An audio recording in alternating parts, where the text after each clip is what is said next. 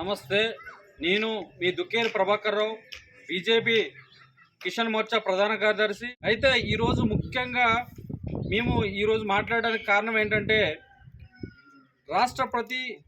ద్రౌపది ముర్ము గారు ఎంతో ప్రతిష్టాత్మకంగా మన వెనుకబడిన ఆదివాసీ జాతి అయినటువంటి పివిటీజీ కులానికి సంబంధించి ఆమె ప్రతిష్టాత్మకమైన ఒక నిర్ణయం తీసుకోవడం జరిగింది. అది ఏంటంటే,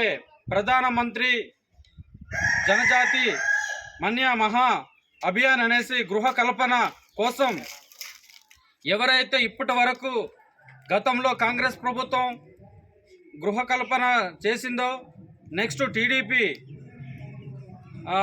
హయాంలోనూ కూడా ఎవరికైతే గృహాలు మంజూరు చేశారో, అలాగే ఇప్పుడు నడుస్తున్న వైఎస్ఆర్ ప్రభుత్వం నిర్మించినటువంటి ఇల్లులు కాకుండా ఇంకా ఈ రోజుకి కూడా చాలా సొంత ఇల్లుని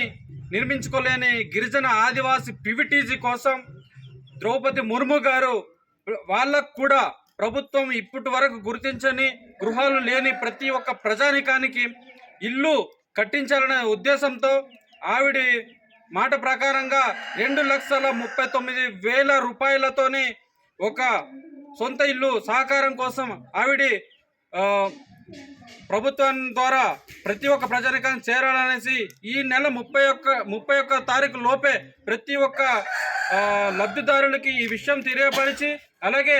వాళ్ళకి సంబంధించిన documents, ration card, Aadhaar card, సంబంధిత బ్యాంక్ అకౌంట్, ఈ సంబంధిత గృహ నిర్మాణ ఆఫీసర్లు ఎవరైతే హౌసింగ్ ఆఫీసర్లకి చేర్చాలనేసి ఇదంతా ఆన్లైన్ చేసి ప్రతి ఒక్కరికి ఇల్లు వచ్చేలాగా చేయాలనేసి మన రాష్ట్ర ప్రభుత్వానికి చెప్పినప్పటికీ కూడా మనం ఈరోజు అసలు